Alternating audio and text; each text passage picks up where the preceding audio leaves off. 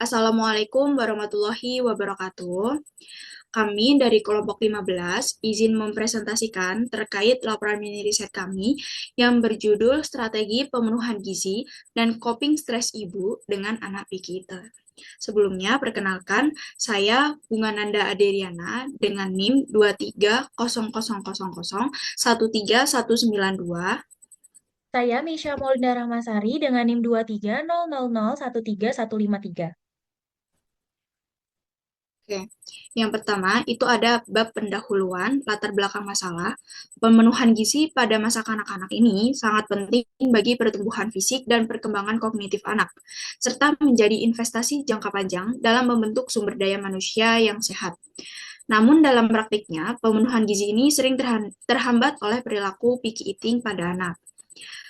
Perilaku eating atau perilaku pilih-pilih makan ini ditandai dengan penolakan terhadap makanan tertentu, preferensi yang terbatas, dan keengganan mencoba makanan baru. Prevalensinya pada usia anak dini ini mencapai 10-15%. Di Indonesia, penelitian juga menunjukkan bahwa pola asuh orang tua ini berhubungan signifikan dengan perilaku picky eating pada anak prasekolah. Dalam upaya pemenuhan gizi anak, ibu sering menggunakan strategi kontrol makan berupa pressure to eat dan restriction. Namun kontrol tersebut berlebihan, tidak efektif dan justru berkaitan dengan meningkatnya picky eating serta rendahnya penerimaan terhadap makanan. Kemudian di sisi lain, tekanan psikologis ibu mendorong menggunakan strategi coping stress berupa problem focus coping dan emotional focus coping.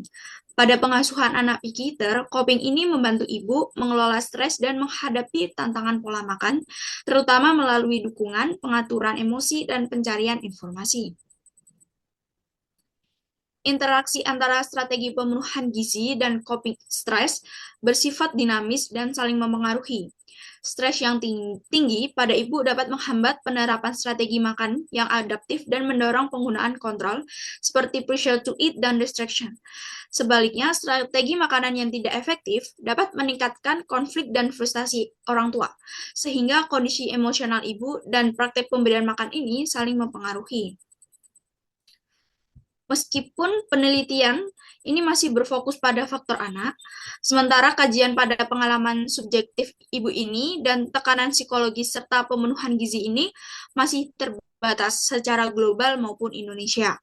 Oleh karena itu, pendekatan yang dilakukan dengan kualitatif ini sangat penting untuk memahami pengalaman, dinamika emosional, dan strategi ibu dalam menghadapi anak picky eater secara lebih mendalam. Oke, baik. Selanjutnya itu ada rumusan masalah. Jadi di sini rumusan masalahnya ada tiga. Yang pertama itu bagaimana ibu memaknai peran mereka dalam memenuhi kebutuhan gizi anak dengan perilaku picky eating. Yang kedua, strategi apa saja yang dilakukan ibu dalam memenuhi kebutuhan gizi anak picky eater. Dan yang ketiga, bagaimana strategi pemenuhan gizi tersebut membantu ibu dalam mengelola stres pengasuhan. Selanjutnya itu ada tinjauan pustaka. Yang pertama ada pengertian strategi pemenuhan gizi. Jadi menurut Birch et al., parental control in feeding ini adalah bentuk kontrol yang dilakukan orang tua dalam mengatur perilaku makan anak, termasuk menentukan makanan yang harus dikonsumsi serta bagaimana proses makan berlangsung. Nah, dalam konteks anak picky eater, strategi ini digunakan orang tua untuk memastikan bahwa anak tetap mendapatkan asupan gizi meskipun sering menolak makanan tertentu. Nah, menurut Birch et al. Ini tuh parental control in feeding terdiri dari dua aspek utama. Yang pertama itu pressure to eat.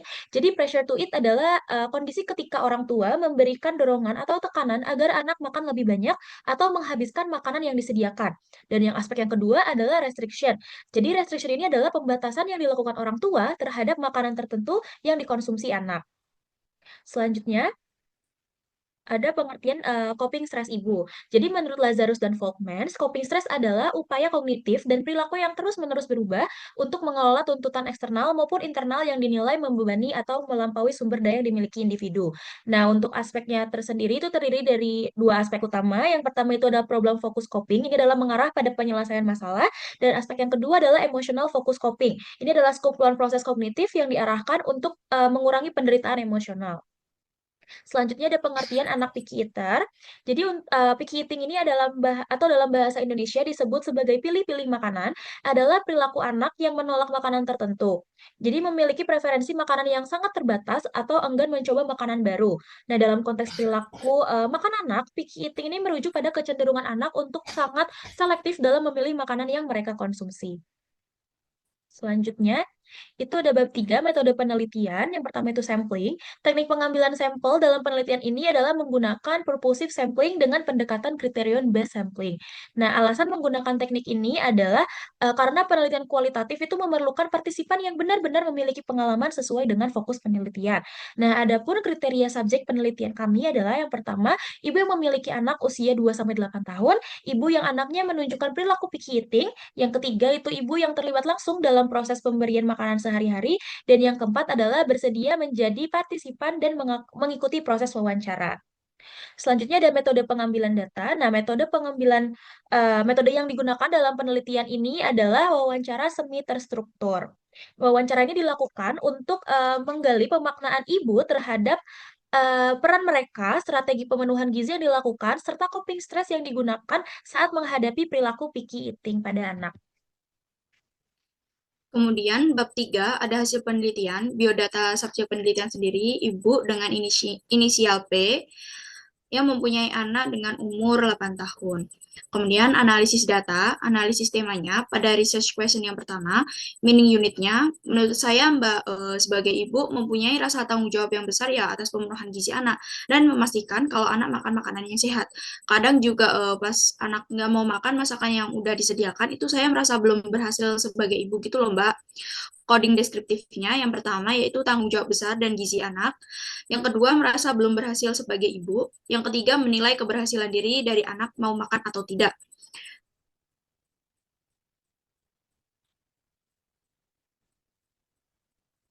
Kemudian research question yang kedua, bagian A, strategi pemenuhan gizi, meaning unitnya.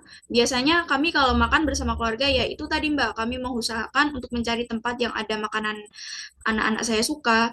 Coding deskriptifnya yang pertama menyesuaikan tempat makan dengan preferensi anak, yang kedua merencanakan makan di luar terlebih dahulu.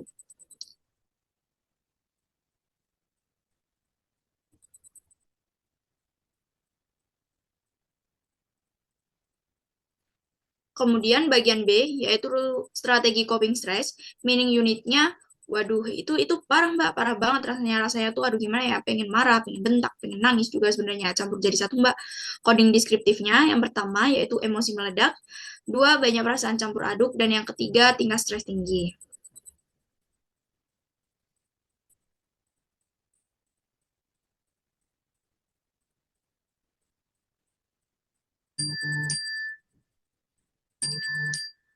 Kemudian analisis isi research question yang pertama yaitu ungkapan informan. Menurut saya Mbak sebagai ibu mempunyai rasa tanggung jawab yang besar ya atas pemenuhan gizi anak dan memastikan kalau anak makan makanannya sehat. Kadang juga pas anak nggak mau makan masakan yang sudah disediakan, itu saya merasa belum berhasil sebagai ibu gitu loh Mbak. Makna deskriptifnya, ibu memaknai perannya sebagai tanggung jawab besar untuk memastikan anak makan sehat. Ketika anak menolak, ia merasa belum berhasil sebagai ibu. Makna interpretatifnya, yang pertama, identitas keibuan sangat terikat dan keberhasilan memberi makanan. Harga diri sebagai ibu ditentukan oleh anak mau makan atau tidak.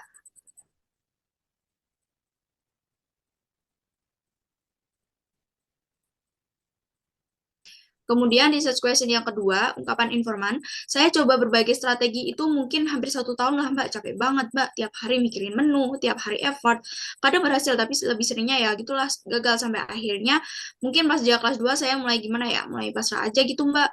Makna deskriptifnya, ibu mencoba banyak strategi selama kurang lebih 1 tahun, tetapi lebih sering gagal daripada berhasil. Hal ini membuatnya merasa lebih dari akhirnya memilih bersikap pasrah. Makna interpretatifnya yang pertama, upaya trial and error yang melelahkan secara emosional. Yang kedua, beban kognitif tinggi karena harus memikirkan menu setiap hari. Yang ketiga, perpindahan dari problem focus coping menuju emotional focus coping melalui acceptance. Dan yang terakhir adalah acceptance muncul sebagai bentuk adaptasi dalam situasi yang tidak sepenuhnya dapat dikontrol.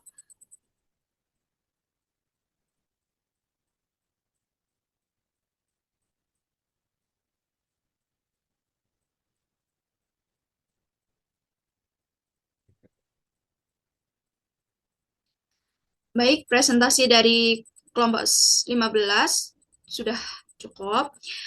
Sekian dan terima kasih. Wassalamualaikum warahmatullahi wabarakatuh.